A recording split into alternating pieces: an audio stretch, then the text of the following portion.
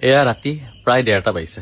মই শান্তিত শুব পৰা নাই, কাৰণ আজি জুবিনদাৰ, আমাৰ মৰমৰ জুবিনদাৰ শৰীৰ পঞ্চভূতত বিলীন হৈ গ'ল।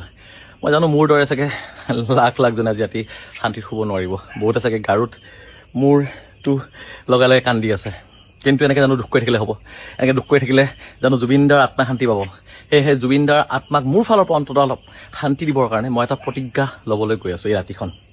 আৰু মোৰ অনুৰোধ যাতে আপোনালোকে কথাখিনি ভালকৈ শুনে আৰু শ্বেয়াৰ কৰে।